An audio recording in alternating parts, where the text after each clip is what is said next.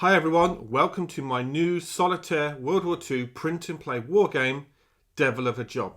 In this game you are taking command of British Airborne troops that are landed by glider, and your mission is to secure two key objectives.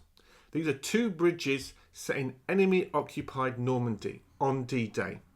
You must use all the tools at your disposal to both not only get to the bridge, capture the bridge, disarm the bombs and explosives that the Germans have placed on the bridge, prevent them from blowing the bridges up, and then defend those bridges against oncoming enemy forces.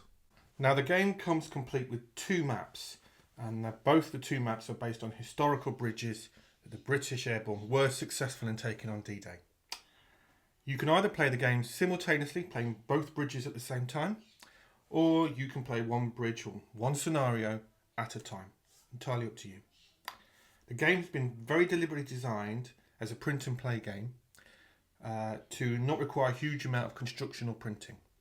So it's just a couple of sheets for each map, and then there's a couple of sheets of counters and the turn counters.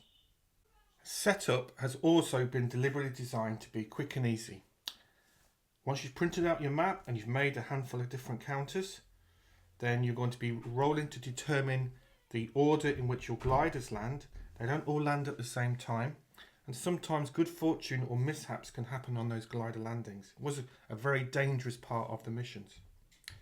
Then, leaving the gliders, you'll be approaching and attacking the various German enemies that take part in the defences of the bridges before moving on to the bridges themselves. During your turn, you'll be moving and using your units to fight the different German enemies. Each of your units has different attributes, strengths and weaknesses. And in the AI turn, in their turn, they'll be fighting back, and they'll be bringing reinforcements on through the map at different locations. There are a variety of different German enemy reinforcements, not only infantry, but also armour, as the British did encounter armour on these bridges. You will need good fortune and a sound strategy, utilising your units to the best of their abilities, not only to take the bridge, but you must disarm the bombs and the explosives that the Germans rigged on the bridges so they do not get blown.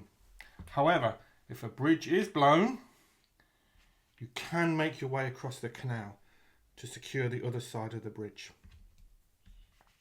Now, once the bridges have been secured, then the game moves into phases where you can defend the bridges against oncoming enemy reinforcements as they'll try and take the bridge back.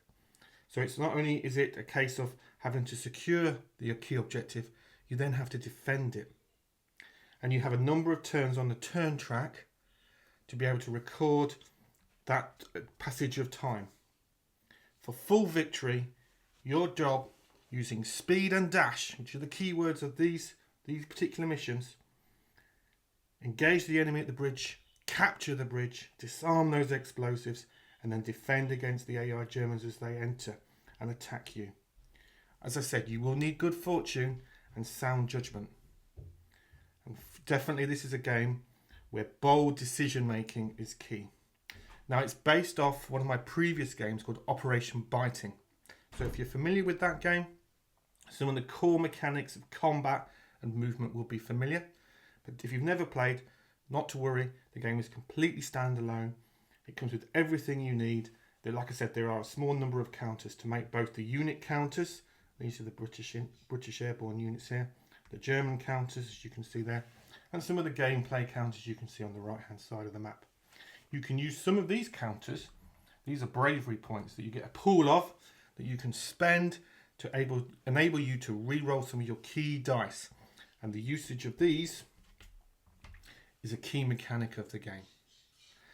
On the Kickstarter page, I go into great detail about all the different mechanics of the game, and there are also videos and future videos where I'll go into more depth about every phase of a turn. The game takes around about just under an hour and a half to play through, a little bit longer if you're playing both the two bridges at the same time. It's entirely up to you how you play them. Thanks a lot for the support for this project, and thanks a lot for continuing support for all my wargame work both here and on my YouTube channel. Thanks a lot for watching.